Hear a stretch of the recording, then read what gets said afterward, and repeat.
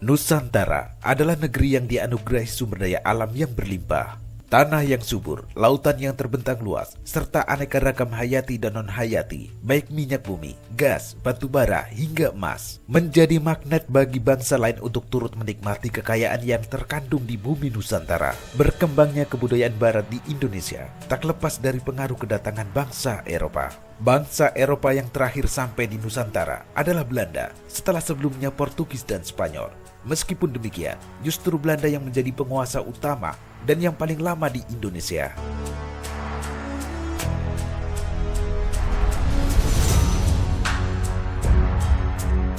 Dari laman kompas.com, sebagaimana dikutip dari A History of Modern Indonesia Since tahun 2008, karya MC Riklev, di abad ke-16, wilayah-wilayah di Belanda dulunya berada di bawah kekuasaan kerajaan Spanyol.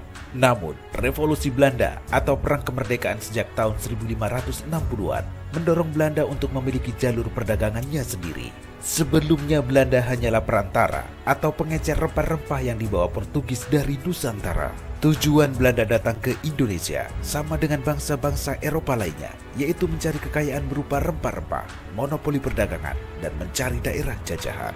Usaha pencarian rempah oleh Belanda tidak terlepas dari dominasi Spanyol dan Portugis, dua imperium terbesar di daratan Eropa pada masanya. Sebelumnya, Belanda mendapat suplai rempah dari Lisboa, ibu kota Portugis. Namun, sejak Spanyol menguasai wilayah Belanda, Belanda dilarang menerima suplai rempah dari Portugis. Sejarawan MC Riklev dalam buku Sejarah Indonesia Modern 1200 sampai 2004, rempah merupakan bahan baku yang sangat penting bagi peradaban bangsa Eropa pada abad ke-15. Oleh orang-orang Eropa, rempah digunakan sebagai bahan obat-obatan, parfum, bumbu masakan, alat ritual agama, dan yang terpenting adalah pengawetan makanan.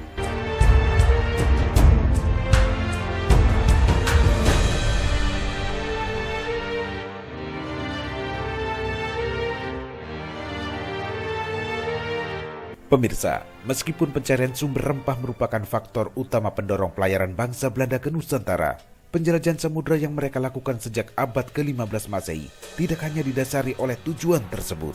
Sebagaimana bangsa-bangsa Eropa yang lain, pelayaran para pelaut Belanda ke berbagai belahan dunia didorong beberapa peristiwa politik dan perkembangan teknologi pada abad ke-15. Penjelajahan samudera yang dilakukan oleh bangsa Eropa dilakukan setidaknya karena dua peristiwa politik penting, yakni kekalahan kerajaan-kerajaan Katolik Eropa dalam Perang Salib dan jatuhnya Konstantinopel ke tangan Turki Utsmani. Perang Salib memporak-porandakan jalur perdagangan Eropa dan Asia karena berlangsung di perbatasan dua benua tersebut. Selain jalur perdagangan, keadaan ekonomi kerajaan-kerajaan Eropa pun menjadi terpuruk. Kas mereka menyusut drastis karena besarnya biaya perang.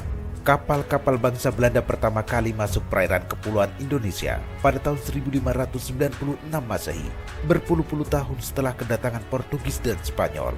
Sebanyak 4 kapal dengan 249 awak dan 64 pucuk meriam berangkat di bawah pimpinan Cornelis de Houtman. Pada Juni 1596, kapal-kapal de Houtman sampai di Banten, pelabuhan lada terbesar di Jawa Barat. Namun, rombongan ini diusir penduduk pesisir karena mereka bersikap kasar dan sombong. Belanda terlibat perang dengan rakyat pribumi.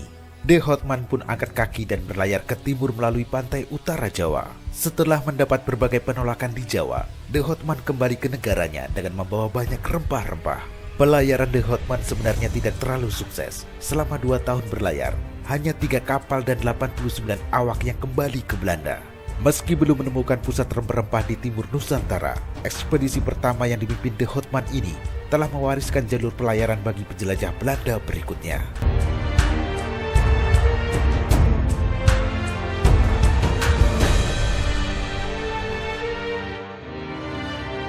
Dua tahun berikutnya, Belanda kembali datang ke Nusantara pada tahun 1598. Sebanyak 22 kapal milik 5 perusahaan Belanda yang berbeda berlayar menuju Nusantara. Armada pimpinan Jacob van Leklah yang pertama tiba di Kepulauan Rempah-Rempah Maluku pada Maret 1599. Kapal-kapal tersebut kembali ke Belanda antara tahun 1599 sampai dengan 1600 dengan mengangkut banyak rempah-rempah. Keuntungan yang diperoleh mencapai 400%. Banyaknya keuntungan tersebut memikat Belanda. Belanda pun membentuk Verenigde Oost-Indische Company (VOC) pada tanggal 20 Maret 1602 yang menyatukan para pengusaha Belanda. Tujuan dibentuknya VOC yaitu menghilangkan persaingan yang merugikan pedagang Belanda, menyatukan tenaga untuk menghadapi saingan dari Portugis dan pedagang Eropa lainnya di Indonesia, serta mencari keuntungan yang sebesar-besarnya untuk membiayai perang melawan Spanyol. Oleh pemerintah Belanda, VOC diberi hak istimewa, di antaranya sebagai wakil pemerintah Belanda di Asia, melakukan monopoli perdagangan, mencetak dan mengedarkan uang sendiri, mengadakan perjanjian dan melakukan perang dengan negara lain, menjalankan kekuasaan kehakiman dan melakukan pemungutan pajak, memiliki angkatan perang sendiri, serta mengadakan pemerintahan sendiri. VOC pun menuju Maluku dalam misi perdagangan. Di sana, VOC mengganggu Portugis yang sebelumnya memonopoli perdagangan. Dalam melaksanakan kekuasaannya di Indonesia, diangkatlah Gubernur Jenderal VOC, antara lain sebagai berikut. Peter Booth, yaitu Gubernur Jenderal VOC pertama yang memerintah antara tahun 1610 sampai dengan 1619 di Ambon, Maluku. Jan Pieter Zoon-Koen, yaitu Gubernur Jenderal VOC kedua yang memindahkan pusat VOC dari Ambon ke Jayakarta.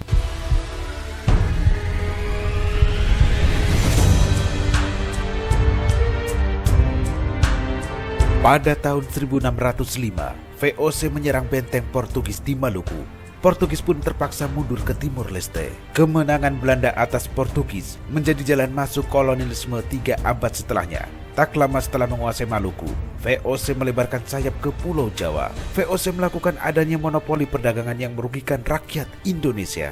VOC juga melakukan peraturan yang ketat dan penuh ancaman kepada rakyat agar tidak menjual rempah-rempah kepada bangsa lain. Pusat-pusat perdagangan yang berhasil dikuasai oleh VOC adalah Ambon, Jayakarta, dan Banda. Para pedagang Nusantara tidak lagi mampu bersaing dengan pedagang Belanda. Penyebabnya bukan hanya monopoli perdagangan Belanda dan armada dagang yang besar. Akan tetapi, pedagang Belanda juga didukung oleh kekuatan militer.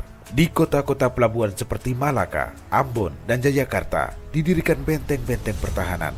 Dengan cara tersebut, selama kurang lebih 200 tahun, beberapa kerajaan Nusantara jatuh ke tangan VOC. Di antaranya, Kerajaan Mataram, Kerajaan Banten, Kerajaan Cirebon, Kerajaan Maluku, Kerajaan Ambon, Kerajaan Makassar, dan Kerajaan Bone berhasil dikuasai. Dari laman kumparan.com menyebutkan bahwa seiring berjalannya waktu, VOC yang telah berhasil menaklukkan beberapa kerajaan di Indonesia ternyata mengalami kemunduran.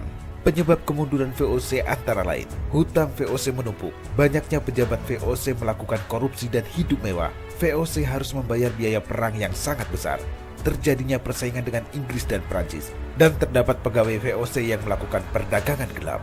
Pada tanggal 31 Desember 1799, akhirnya VOC resmi dibubarkan oleh pemerintah Belanda. Tanggal 1 Januari 1800, kekuasaan VOC di Indonesia diarahkan oleh pemerintah Kerajaan Belanda.